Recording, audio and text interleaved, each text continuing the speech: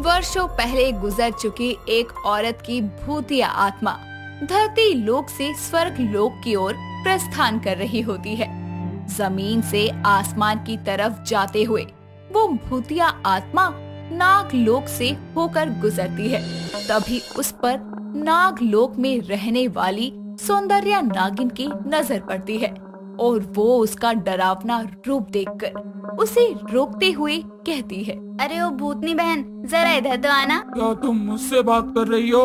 भूतनी कहकर मैं खुद को तो संबोधन देने से रही, तो जाहिर सी बात है तुम्हें ही बुला रही होंगी। तुम मेरे डरावने चेहरे का मजाक उड़ा रही हो। डरावना?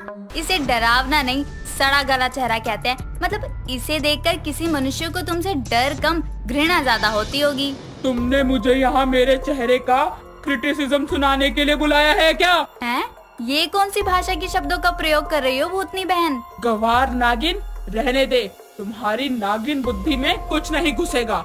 अच्छा, मैं तो ये जानने के लिए उत्सुक हूँ कि इतने कुरूप चेहरे के साथ तुमने धरती पर अपना जीवन कैसे काटा। मतलब क्या ये रक्त से भरी आंखें, उस पर ये कीड़ा रेंगता हुआ, ये बिखरे बाल, ऐसा लगता है किसी झंझनाते तूफान की चपेट में आ गई हो। नहीं मतलब हमारे नागलोक की भिखारन नागिन का रूप भी ना तुम भूतनियों से लाख गुना बढ़िया होता है। बस करो, बहुत मजाक उड़ा लिया तुमने मेरा। मैं अच्छी भली धरती लोक से अपनी भूतनी अवधि पूरी करके स्वर्ग की ओर जा रही थी, पर तुमने मेरे डरावने रूप को कुरूप और भद्दा कहकर मुझे गुस्सा दिलाया है।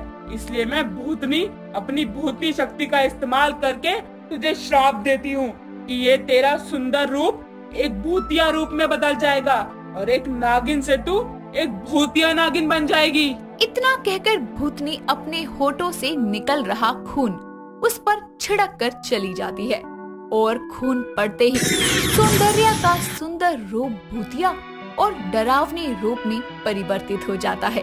लेकिन उसका रूप सच में परिवर्तित हो चुका है, इस बात का एहसास उसे नहीं होता और वो हंसते हुए कहती है, अरे बताओ, आजकल भूतनियाँ भी शाप देने लगी। शाप की जगह शरबत देकर जाती तो कम से कम कंठ को ठंडक तो प्राप्त होती। इतना कहकर वो अपने प्रेमी नाग अक्षांश से मिलने के लिए झरने के पास जाती है और कुछ ही देर में वहाँ अक्षांश आ जाता है। सौंदर्या उसकी तरफ पीठ करके खड़ी हुई होती है। तभी अक्षांश उससे कहता है, क्या बात है, आज मेरी सौंदर्या मुझसे मुख फेर कर खड़ी है।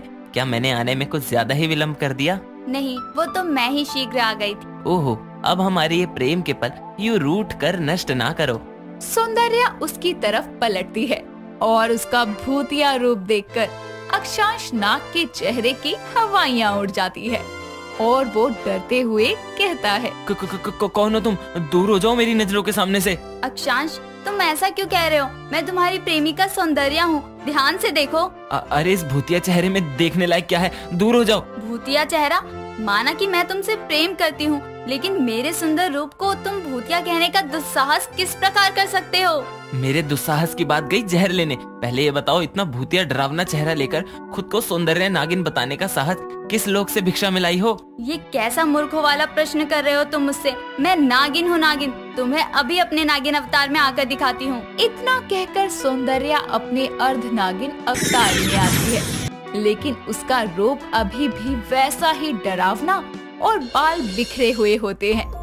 ये देखकर तो अक्षांश हैरान हो जाता है और कहता है, भूतिया, तुम एक भूतिया नागिन हो।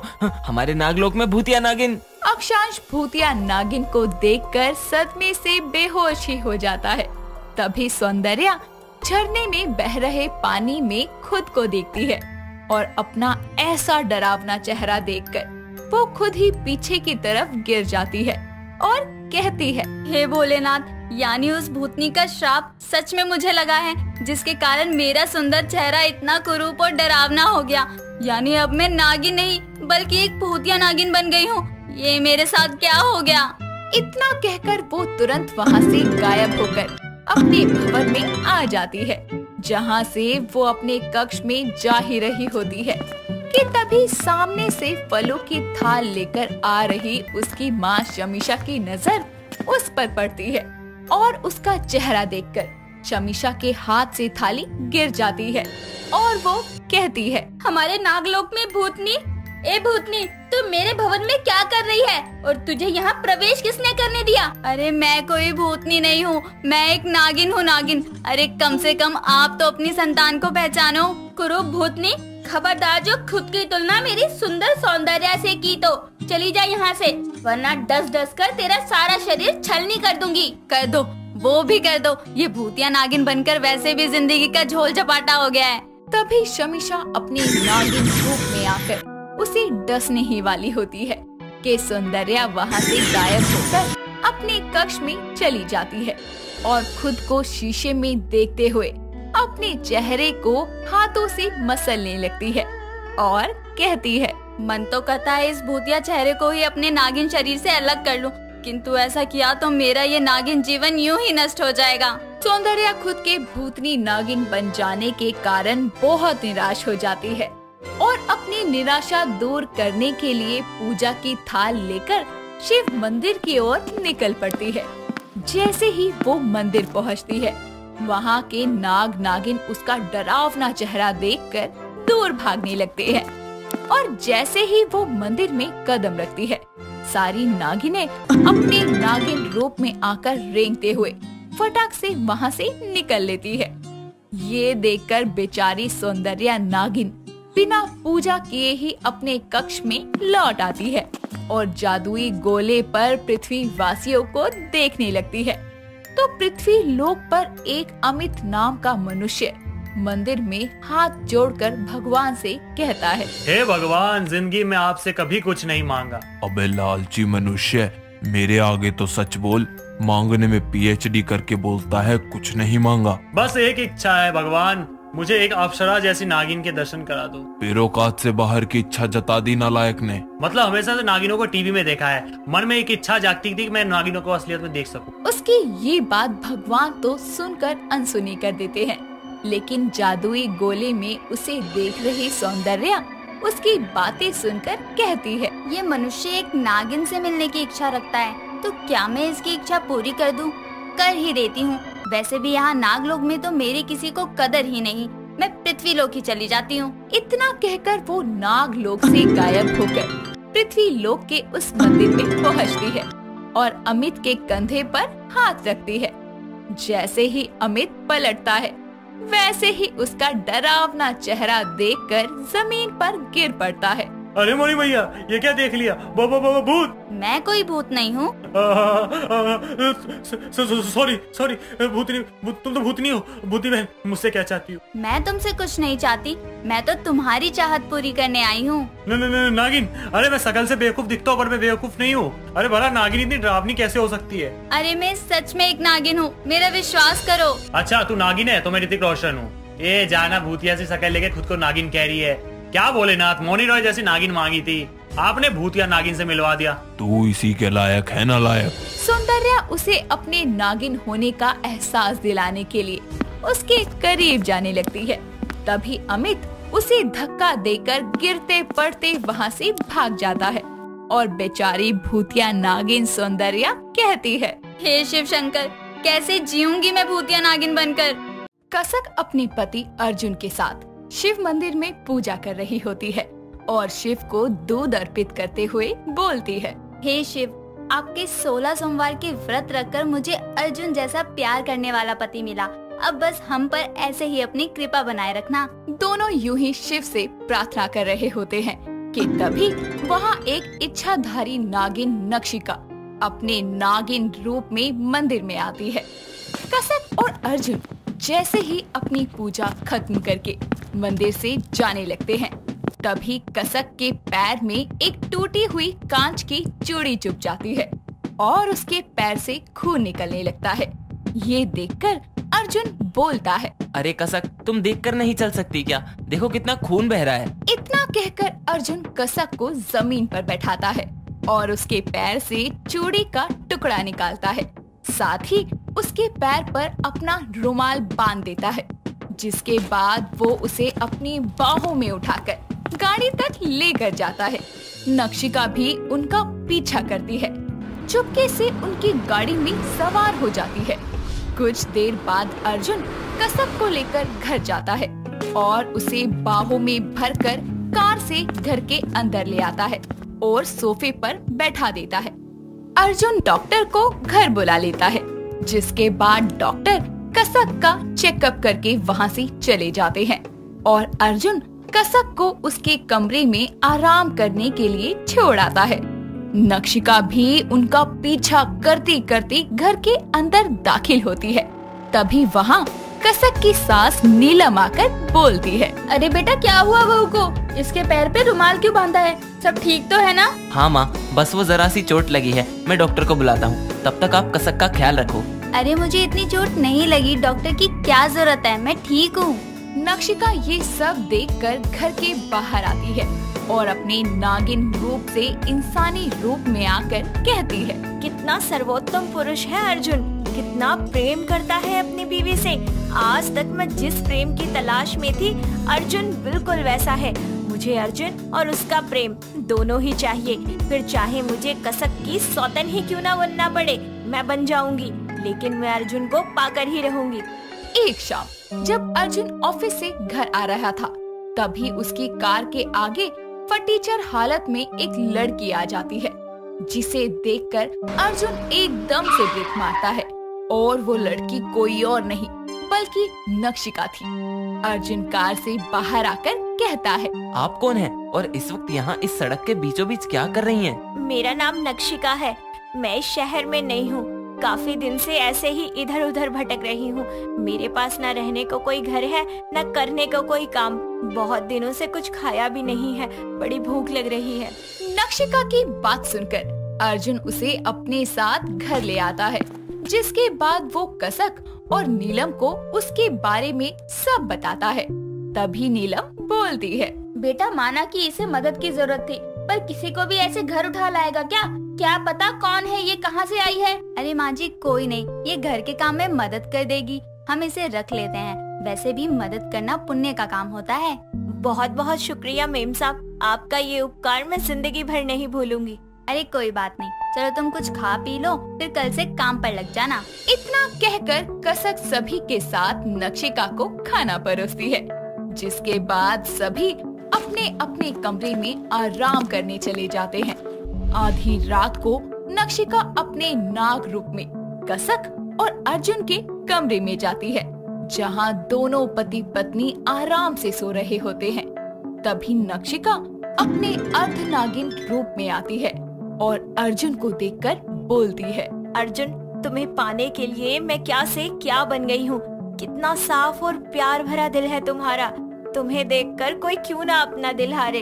अब मैं इस घर में तो आ गई हूँ, जल्दी तुम्हारे दिल में और तुम्हारी जिंदगी में भी आ जाऊंगी। इतना सोचकर नक्षिका वापस से अपने नागिन रूप में आती है और अर्जुन के कमरे से अपने कमरे की तरफ जा ही रही होती है कि तभी नीलम उसे देख लेती है और जोर जोर से चिल्लाती है, सांप सांप सांप। नीलम की आवाज सुनकर कसक और अर्जुन भागकर अपने कमरे से बाहर आते हैं और अर्जुन बोलता है, माँ क्या हुआ, कहाँ है सांप? वो उस नक्षिका के कमरे की तरफ गया है। अर्जुन नीलम की बात सुनकर नक्षिका के कमरे की तरफ जा ही रहा होता है कि तभी वहाँ नक्षिका कमरे से बाहर आती है और बोलती है, साहब क्या हुआ? और माँ जी आप ऐसे चिल्ला क्यों रही हैं? सब ठीक तो है ना? नक्षिका तुम्हारे कमरे में कोई सांप है, माँ ने तुम्हारे कमरे में सांप को जाते देखा। साहब मजाक कर रहे हो क्या? कोई सांप नहीं है मेरे कमरे में। माँ जी को कोई गलत फहमी हुई है या फिर वहम। आप चाहे तो पूरा कमरा जांच सकते हैं, माँ जी को तसल्ली हो जाएगी। नक्षिका की बात सुनकर अर्जुन उसके कमरे में जाता है और चारों तरफ देखता है, लेकिन वहाँ कुछ नहीं होता। जिसके बाद सभी लोग अपने अपने कमरे में जाकर वापस से सो जाते हैं। ऐसे ही दिन गुजरते जाते हैं। नक्षिका धीरे धीरे अर्जुन के करीब जाने की कोशिश करती है और कहीं न कहीं अर्जुन भी नक्षिका की तरफ आकर्षित होने लगा था, पर कसक के ख्याल से वो हमेशा अपनी कदम पीछे मोड़ लेता। ऐसे ही एक दिन जब कसक और नीलम किसी काम से बाहर गए हुए थे, तभी नक्षिका रसोई में काम कर रही होती है और वो गर्मा गर्म चाय बनाकर अर्जुन के कमरे में ले जाती है और जैसे ही वो चाय का कप अर्जुन को देने लगती है, तो गरम गरम चाय उसके हाथ पर गिर जाती है। ये देखकर अर्जुन बोलता है, अरे नक्षिका, तुम्हारा ध्यान कहाँ रहता है? देखा, हाथ जल गया ना। कोई बात नहीं, ठीक हो जाएगा, इतना भी नहीं जला है। रुको, मैं दवा लगा देता हूँ, जलन हो रही होगी ना। इतना कहकर अर्जुन जल्दी से फर्स्ट एड बॉक्स लाता है और नक्षिका का हाथ साफ करता है और उस पर दवाई लगाना शुरू करता है। नक्षिका टुकुर टुकुर उसे देखने लगती है और धीरे धीरे उसके पास जाती है, फिर उसे अपनी बाहों में भर लेती है। अर्जुन को भी उसका स्पर्श अच्छा लगता है, पर तभी वो उसे धक्का देकर खुद से दूर करता है और बोलता है, नक्षिका, ये गलत है। मैं कसक से बहुत प्यार करता हूँ और उसे कभी धोखा नहीं दे सकता। इसीलिए बेहतर होगा कि तुम्हारे दिल में जो भी ख्वाहिशें पनप रही हैं, उसे यहीं खत्म कर दो। अर्जुन की बात सुनकर नक्षिका के सब्र का बांध टूट जाता है और वो क्रोध में अपने असली रूप में आ जाती है। उसे देखकर अर्जुन बोलता है, तुम कौन हो नक्षिका? ये सब क्या है? नागिन हूँ मैं, नागिन, एक इच्छाधारी नागिन। अर्जुन, मैं तुम्हें अपने साथ ले जाना चाहती हूँ। तभी वहाँ पर नीलम और कसक आते हैं और नक्षिका की सारी बात सुन लेते हैं, जिस पर कसक बोलती है, तुम कभी मेरे पति को मुझसे दूर नहीं ले जा सकती। तभी उस जगह पर नागलोक के 2 पहरेदार प्रकट होते हैं और नक्षिका को बंदी बनाकर अपने साथ ले जाते हैं और फिर कभी नक्षिका लौटकर अर्जुन और कसक की जिंदगी में नहीं आती। कसक की बात सुनकर नक्षिका उस पर वार करने लगती है, पर तभी नीलम बेल पत्र के पत्तों की माला नक्षिका के गले में डाल देती है, जिससे उसकी शक्तियाँ कम हो जाती है। शुक्ल पक्ष की पूर्णिमा की घड़ी प्रारंभ हो चुकी थी। चांद अपनी रोशनी से पूरे जगत को उजागर कर रहा था। पूरा नागलोक फूल और बेल पत्रों से सुशोभित था।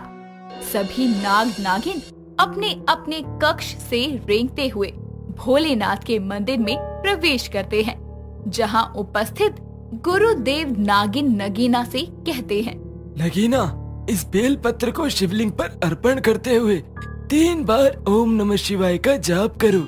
जैसे ही चांद की रोशनी इस शिवलिंग पर प्रकाशित होगी, उसी क्षण तुम्हें तुम्हारा इच्छाधारी नागिन रूप मिल जाएगा। गुरुदेव के कहे अनुसार नगीना ऐसा ही करती है।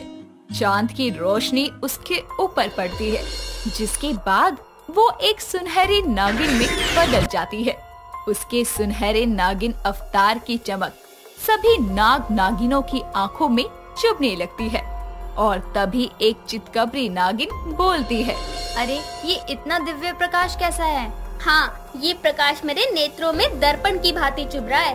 कहीं मेरे नेत्र इसकी चुभन से बाहर ही ना आ जाएं। हम सभी नागलोक वासियों की ओर से तुम्हें तुम्हारे इस इच्छाधारी शक्तियों के लिए ढेरों शुभकामनाएं। तुम्हारे इस सुनहरे रूप के कारण आज से तुम सुनहरी नागिन कहलाओगी। धन्यवाद गुरुदेव। सुनहरी नागिन, वो भी हमारे नागलोक में। इसका ये सुनहरा चमकीला रूप तो खड़े सोने की भांति चमक रहा है। ये कैसा अन्याय है भोलेनाथ का। एक और मुझे इस नागलोक की सबसे भद्दी और चितकबरी नागिन बनाया, दूसरी तरफ इसे इतनी चमकदार और सुनहरी नागिन बनाकर भेज दिया। सुनहरी, तुम्हारा ये रूप पूरे नागलोक में सबसे प्रशंसनीय है। आज से तुम इस संपूर्ण नागलोक की सर्व सुंदरी नागिन हो। गुरुदेव, एक नागिन को रूप से नहीं बल्कि गुण से सुंदर होना चाहिए। बस करो अपना ये मिथ्यापूर्ण छल। जली चितकबरी, मैं तो चाहती हूँ कि दोनों के बीच इसी क्षण युद्ध का ऐलान हो जाए। कर दो वार और उतार दो एक दूसरे के अंदर अपना जहर, ताकि कोई तो निपटे। सुनहरी नागिन के सुंदर रूप से जल भुनकर चितकबरी नागिन गुस्से में वहाँ से निकलकर नाग वाटिका में जाकर बैठ जाती है। तभी उसके पीछे पीछे नेत्रा नागिन भी वहाँ पहुंचकर कहती है, अरे अरे चितकबरी, इन बेचारे नाजुक पुष्पों पर क्रोध उतारने का कोई लाभ नहीं। अब तो तुम्हें सुनहरी के खूबसूरत रूप को रोज ही देखना है, इसलिए आदत डाल लो। कदापि नहीं, मैं उस सुनहरी नागिन की आदत नहीं डालूंगी, पर उसके लिए आफत अवश्य खड़ी करूंगी। इस वक्त क्रोध की ज्वाला मेरे अंदर भड़क रही है। जलन के कारण ही तो सुंदरी की जगह चितकबरी नागिन का जीवन काट रही है।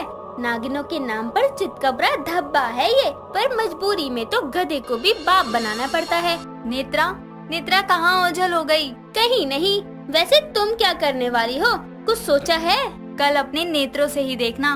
छोड़ दो कल का ऐलान और मिटा दो एक दूसरे का नामो निशान। अब मेरे कहने का मतलब है सुनहरी का नामो निशान। वक्त गुजरने के साथ अगले दिन चितकबरी सुनहरी नागिन के कक्ष में प्रवेश करती है, जहाँ सुनहरी कहती है, अरे चितकबरी, तुम मेरे कक्ष में आओ, बैठो। मैं यहाँ बैठने नहीं आई, बल्कि तुम्हें इस नागलोक से बाहर का रास्ता दिखाने आई हूँ। पर ऐसा क्यों? मैंने तो नागलोक का कोई भी नियम नहीं तोड़ा।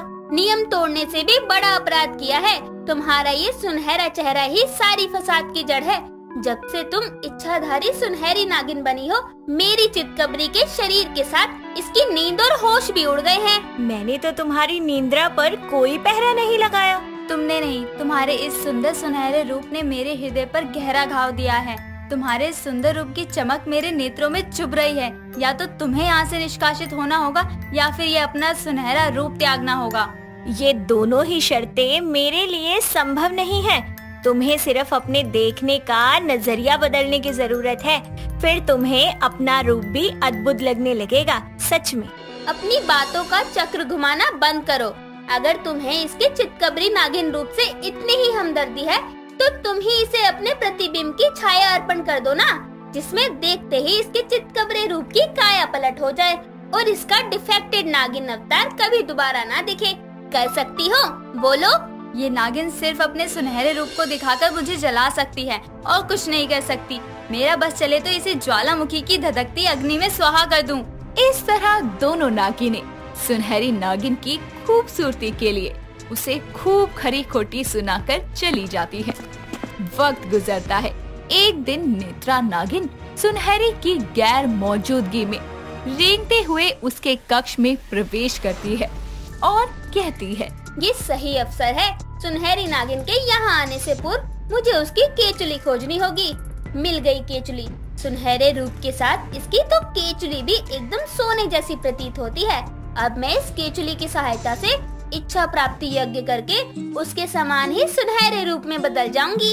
इतना कहते हुए नेत्रा नागिन सुनहरी की केचुली चोरी करके अपने साथ ले जाती है, जिसके बाद वो उसकी केचुली को अग्नि में झोंक देती है। अपनी केचुली के जलने पर सुनहरी नागिन दर्द से झटपटाती हुई कहती है, हे भोलेनाथ, ये अचानक मुझे अग्नि जैसा ज्वलन क्यों महसूस हो रहा है? माँ, भोलेनाथ, मेरी रक्षा कीजिए। गुरुदेव, मुझे जल्दी से गुरुदेव के पास जाना होगा। सुनहरी दर्द में करहाती और झटपटाती हुई मंदिर में पहुँचती है और रोते हुए कहती है, गुरुदेव, गुरुदेव, मेरी सहायता कीजिए। मेरा संपूर्ण शरीर अग्नि के ताप जैसा जल रहा है। कुछ कीजिए वरना मेरी मृत्यु निश्चित है। लगता है किसी ने तुम्हारे सुनहरे नागिन रूप से ईर्ष्या के कारण तुम्हारी केचुली जला दी है। चिंतित ना हो, मैं अभी इसका उपाय करता हूँ। गुरुदेव के दिए अभिमंत्रित लेप के कारण सुनहरी नागिन की तकलीफ कम हो जाती है, जिसके बाद गुरुदेव कहते हैं, सुनहरी, अब तुम ठीक हो, फिर क्यों चिंतित हो? गुरुदेव, मुझे ये रूप और सुंदरता नहीं चाहिए। पर तुम्हारा ये रूप भोलेनाथ का वरदान है। ये कैसा वरदान है गुरुदेव, जो मेरे लिए अभिशाप बन गया है? मेरे इस सुंदर रूप के कारण नागलोक की सभी नागिनें मुझसे नफरत करती हैं। ये सुनहरा रूप मेरे लिए किसी ग्रहण से कम नहीं है। ये रूप तुम्हारे सैकड़ों वर्षों की तपस्या का फल है। तकलीफें जीवन का मूल है, उनसे डटकर लड़ना सीखो, हारना नहीं। गुरुदेव की बातें सुनकर सुनहरी हिम्मत बांधकर वहाँ से जाने लगती है। तभी उसकी टक्कर नेत्रा से हो जाती है और नेत्रा कहती है, इन दोनों नागिनों ने मेरा चैन सुकून छीनने की कसम खा रखी है। एक वो चरम रोगी चितकबरी नागिन जो शाम होने के साथ ही विलुप्त प्रतीत होने लग जाती है, और ये दूसरी सुनहरी जो अपनी चमक से दिन हो या चाहे रात हो नागलोक को अपनी चमक से उजागर करती रहती है। तुम्हें क्या हो गया है? अचानक तुम चोरों की भांति नजरें क्यों चुराती फिर रही हो? क्या करूं? तुम्हारा ये सुनहरा रूप मेरी नीली आंखों में कांच की तरह चुभता है, इसलिए अब तुम अपना रूप प्रदर्शन समाप्त करो और मेरा रास्ता छोड़ दो। नेत्रा नागिन का ऐसा बर्ताव सुनहरी को खलने लगता है। वक्त बीतता है, जिसके साथ नेत्रा नागिन चितकबरी को सुनहरी के खिलाफ भड़काती रहती है। एक दिन निगवान नाग सुनहरी के पास आकर उसे अपनी दिल की बात बताते हुए कहता है, सुनहरी, वो मैं तुमसे कुछ खास बात करना चाहता हूँ। हाँ निगवान, कहो क्या बात है। मैं तुमसे प्रेम करता हूँ और तुमसे विवाह भी करना चाहता हूँ। मैं सिर्फ अपनी इच्छा बता रहा हूँ, किंतु तुम अपने विचार बता सकती हो। ये तो मेरी खुशकिस्मती है जो नागलोक के नागराज ने मुझे विवाह का प्रस्ताव दिया। मुझे ये प्रस्ताव स्वीकार है। दोनों की बातें नेत्रा सुन लेती है और कहती है, ये सबसे सुनहरा अवसर है। अब तो चितकबरी नागिन के क्रोध का तीसरा नेत्र नेत्रा नागिन ही खोलेगी। विवाह के डंके से पहले ही उसका डंक तुम्हारे सुनहरे अवतार के आर पार हो जाएगा। निगवान के सिंहासन की नागरानी तो मैं ही बनूंगी। नागलोक की मंथरा नेत्रा झटपट रेंगती हुई चितकबरी के पास जाकर कहती है, गजब हो गया चितकबरी, निगवान नाग सुनहरी से विवाह करने वाला है।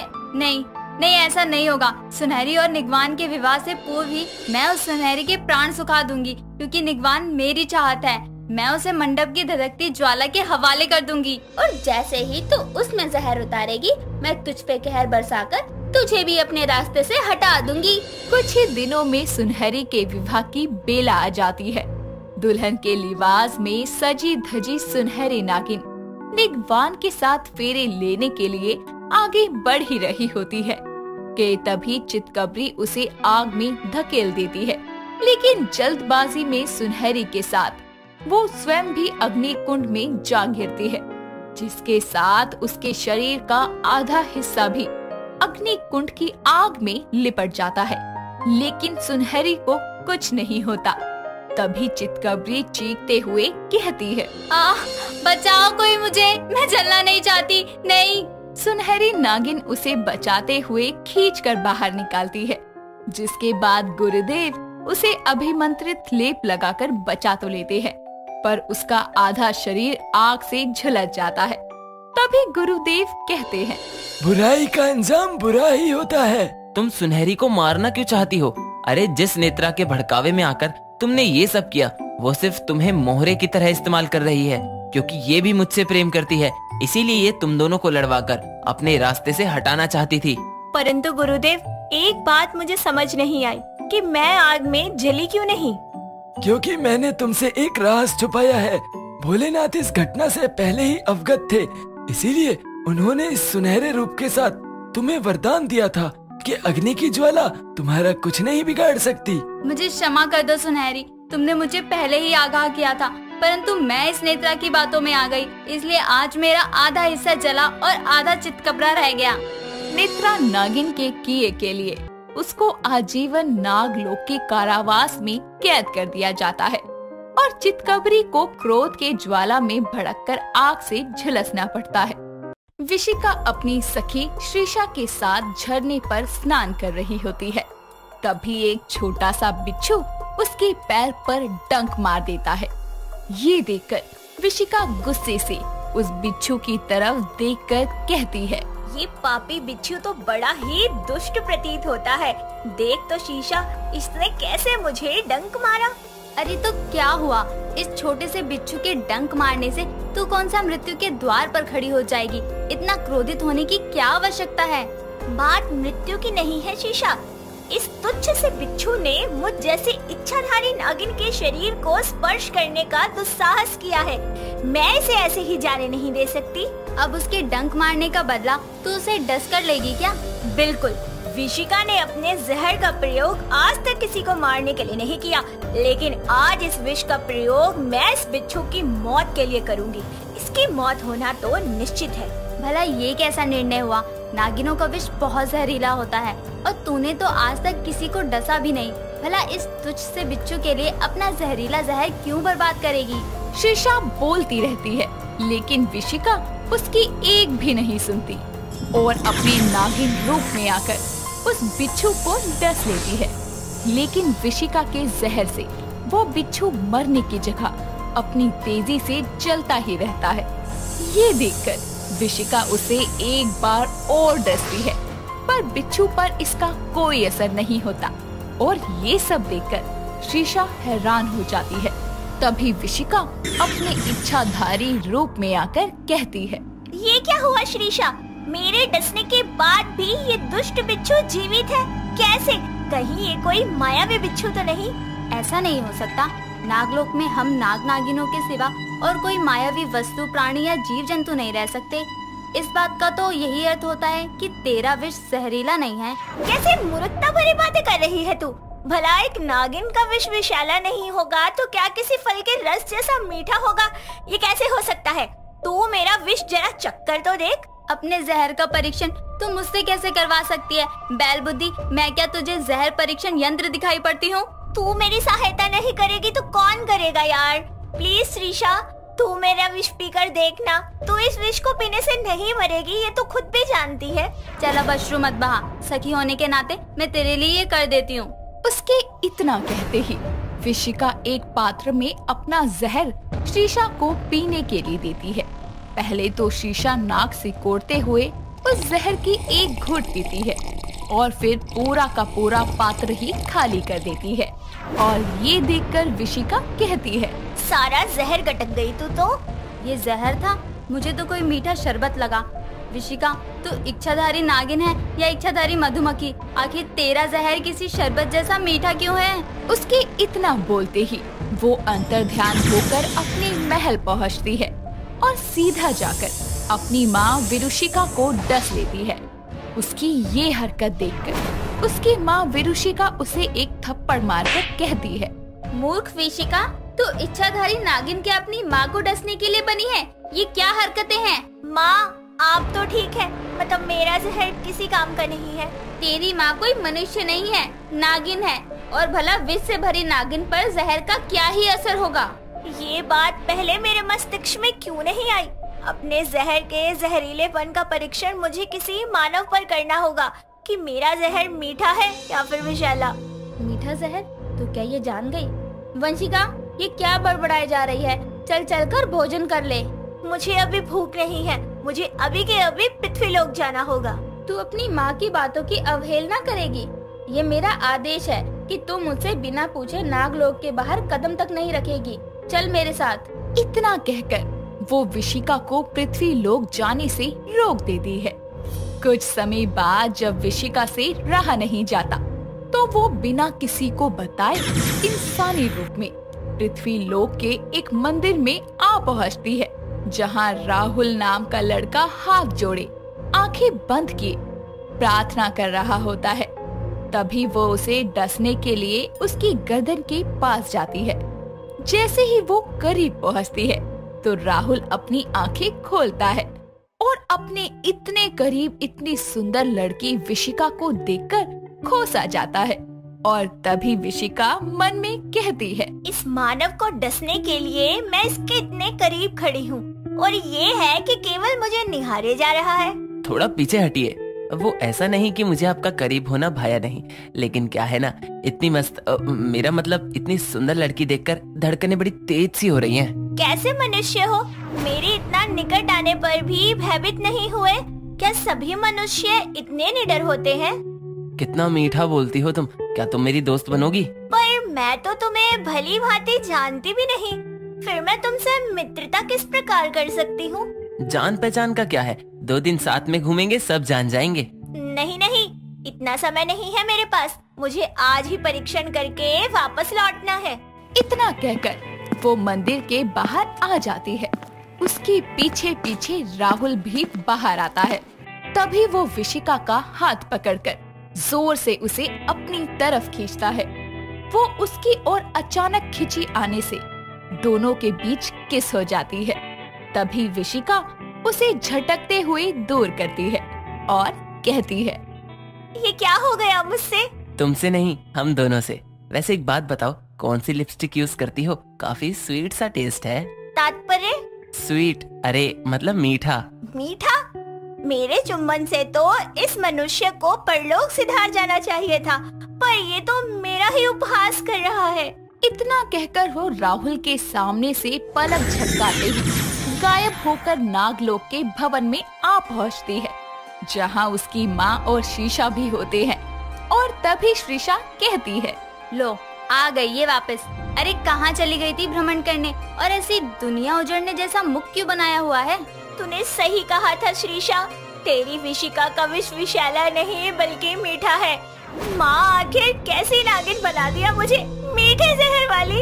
ये तो होना ही था विशिका, ये सब मेरे कारण है। एक बार पृथ्वी लोक के मासूम मनुष्य की मेरे डसने के कारण मृत्यु हो गई।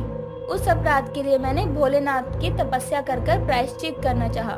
भोलेनाथ ने प्रकट होकर मुझे वरदान दिया कि मेरा और मेरी कोख से जन्मी नाग कन्या का जहर विषैला होने की जगह मीठा होगा।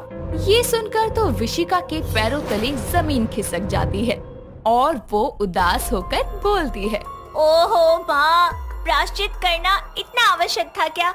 ये वरदान मुझे किसी श्राप से कम नहीं लग रहा है। अरे जहरीला विष होना तो नागिन का सम्मान होता है। बताओ, आपके कारण मुझे मीठे जहर वाली नागिन बन के रहना पड़ेगा। ओहो, तू निराश क्यों होती है? तुझे क्या लगता है तेरे इस मीठे विष का कोई महत्व नहीं? हाँ तो तू ही बताना, इस मीठे विष का क्या महत्व है? अरे विष की तो पहचान ही कड़वाहट होती है। अरे तेरे इस मीठे जहर का प्रयोग हम सोमरस बनाने में करेंगे ना। सोच, सभी नाग नागिनों में जहर के साथ तेरे मीठे जहर का सोमरस भी दौड़ेगा। क्या कहती है? उचित योजना है ना? हाँ हाँ, तू मेरे जले पर नमक छिड़क ले और फिर मेरे मीठे जहर के साथ चटपटे मांस के भोजन का मजा पूरे नागलोक वासियों को करवा दियो। इतना कहकर गुस्से में पैर पटकती हुई विशिका वहाँ से चली जाती है। धीरे धीरे समय बीतता है और सारे नागलोक में विशिका के मीठे जहर की बात आग की तरह फैल जाती है। एक शाम जब वो सैर कर रही होती है, तभी वहाँ नागधर नाग आता है और उससे कहता है, उफ, नागलोक का तापमान दिन प्रतिदिन बढ़ता जा रहा है। ऐसे में बस कोई मीठा पेय पीने को मिल जाए तो जाकर अपने भवन से पीकर आओ ना। यहाँ क्या करने आए हो? जब तुम जैसी मीठे जहर वाली नागिन सामने हो तो मुझे भवन जाकर कुछ पीने की क्या आवश्यकता है? मुझे करीब आकर डस लो, तुम्हारा मीठा जहर मेरी प्यास बुझाने के काम आएगा। स्मरण रहे, मेरा जहर ही मीठा है, लेकिन मेरे मुख से ऐसे कटु वचन निकलेंगे ना जिसे सुनकर तुम्हारा पूरा तन बदन जहरीला हो जाएगा।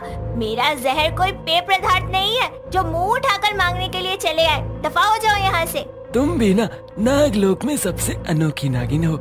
मेरा मतलब विशिका, और विष तुम्हारा विषैला भी नहीं है, मीठी नागिन। इतना बोलकर वो वहाँ से चला जाता है।